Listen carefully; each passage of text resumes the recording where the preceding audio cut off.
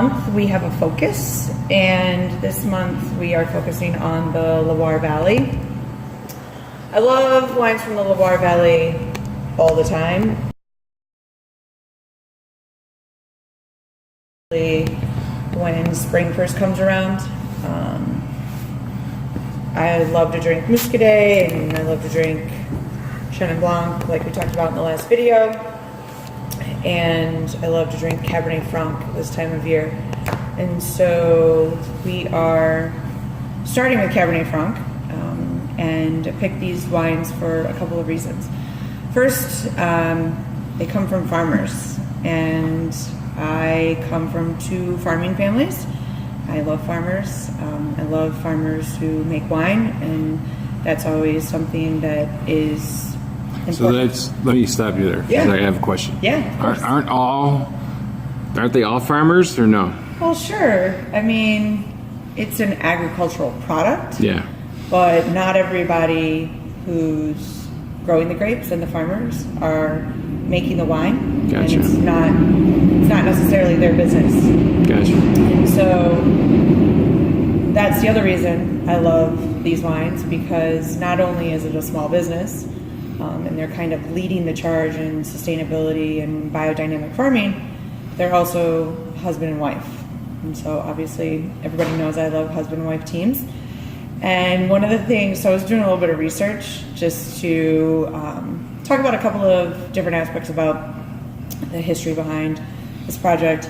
And when you click on the team, so it lists like all of Pierre's job descriptions, and it lists all of Catherine's job descriptions. And you know, it's just like grape grower and winemaker for Pierre, and then one of his other jobs is delivery man.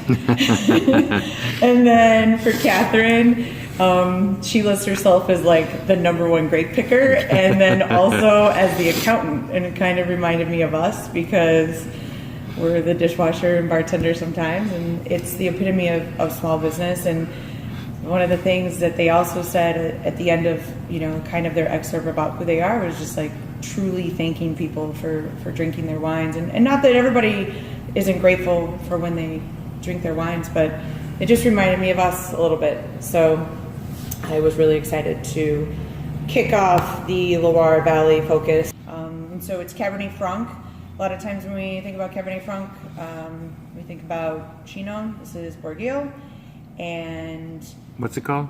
Cabernet Franc. No, what's this called? Bourgueil is where it's from in Chinon. Okay. And I just went to a wine tasting with one of my favorite winemakers in Madeira. One of the things that he says is, I'm not going to tell you what the wine, you know, tastes like or smells like. Cabernet Franc has a lot of indicators. It has a lot of, you know, benchmark kind of aromas and flavor profiles, but I think that people should come in and taste it for themselves and see. Bourgueil. Right here? Yeah. That's where it's from. Okay. So this is the vineyard where they get this from. It is their flagship. It is their top notch of what they're doing with Cabernet Franc from this area. So the wine battle is the vintage, because all things are created equal with these two wines except for the vintage, 2012 versus 2013. So when guests come in, they get to taste these wines side by side. They're wines that you would not normally see open by the glass, more so by the bottle. Why? Because they're expensive. And why are they expensive? Are they expensive just because of scarcity? Small production. Small production? Absolutely. Small production. You know, they're doing everything by hand. This is not big factory farming. And so we open them up, we pour them by the glass, and our guests get to try them side by side. Cool. And it's delicious, so that's also important. We haven't tried it yet, so. So we'll try these tomorrow, and give everybody a chance on the chef and sommelier team to talk about them and see what we want to pair with them and have a discussion, which will be pretty cool. See, for me, because I don't know as much about wine as you, I would look at those labels and not know what was going on. Sure. And I would see maybe a price, and I would want to know why. And I think this is a thing that, like, it's hard. I think people who buy wine retail or just buy wine online to get why certain wines are special if you don't know, if you don't speak French, Sure. And you don't necessarily know the stories behind them.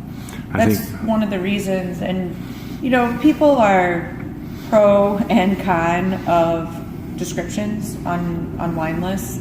We do have descriptions on our wine list, but it's more so telling the story. Like, I will maybe give one or two descriptors to give a guest an idea of what they're about to get into. But for me, it's more about the story, and we do our best we know a lot of our winemakers that we work with, a lot of our grape growers and a lot of our importers, and so we want to tell that story because I think that is enticing for someone to drink a wine that maybe they're on the fence about or they don't know the grape. Because, we're creatures of habit. We drink the things we know, we drink the things we like. And my thing is, if there's a story there that's intriguing to you, maybe you come into the restaurant and maybe you own a small business with your husband or wife, and you're like, oh, you know what, I want to support these people. I don't know this wine, let me try it. And then you have this experience with the wine, and you have a story of your own. All right, because to me, the story would get me to buy the wine Sure. more than the price or the descriptor of how it tastes. Right, well, and that's why we're doing wine videos that aren't super technical. There's a lot of great resources out there if you want to watch videos that are all about technical wine and telling you the aromas and flavor profiles, but we want to help tell the stories of small businesses, small independent businesses that are doing the right thing with the land and giving us also fantastic wine to pair with your food. Like, one of the things that we talk about is you're an old school chef who you cook for wine, and then it's our job to bring in wines that respect food and all of the things that we do. So what would you have with this? Wow, I'd have a lot on the menu that we have right now. Lamb? For sure, lamb. Also, I love Cabernet Franc and steak. It's interesting. So I also talked last week about Chenin Blanc. We had a Chenin Blanc from Lambert, which I love. And the wines from the Loire Valley, both white and red, I love with steak. So definitely lamb, have it with steak. But it's also got enough acidity that it's going to go with some, richer seafood dishes and stuff like that. It's not going to overpower it. And also, drink what you like. Like, I am not in the world of only drink white wine with fish and only drink red wine with meat. If you like Cabernet Franc, drink it with whatever you like.